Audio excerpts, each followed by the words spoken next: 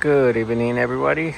Right now we are installing the head gasket assembly on this 2.3 liter turbo engine. Here we have the new ARP headsets. There's a part number right there.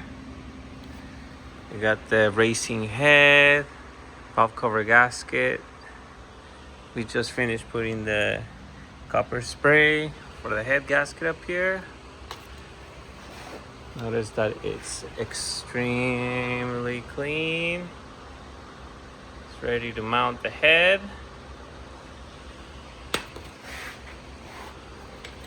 It's a very meticulous job, but if you do it just right, there won't be any problems.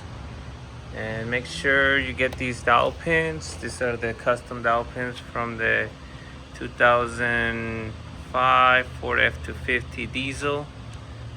All I have to do is just carefully trim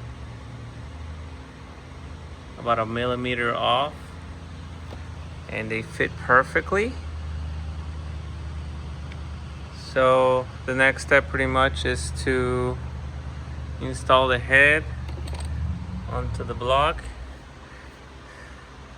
Let's take a look at the head. Okay, here's a better look of the cylinder head. Notice that it's built for power. What ended up happening with the old head, here we have the old head over here. We have, this is an 1888 cylinder head, so you could tell that it's had some miles on it.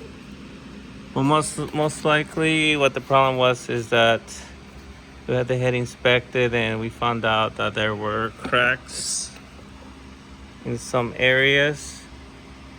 It's very hard to tell, but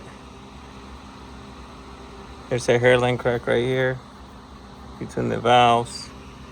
And this engine was like having some weird temperature issues. But yeah, you could tell it was having some misfires. We couldn't get the old dowel pins out. These are pretty much seized into the head. You can tell the difference. So look at that. Smaller ports versus this one over here. Has nice and big ports, CNC ported and polished with new guides. These are the beehive stiffer springs, retainers, and locks with roller arms, race cam. Let's look at the other side. Just you gotta appreciate the craftsmanship. This is from both parts racing, both racing parts manufacturing. New lifters.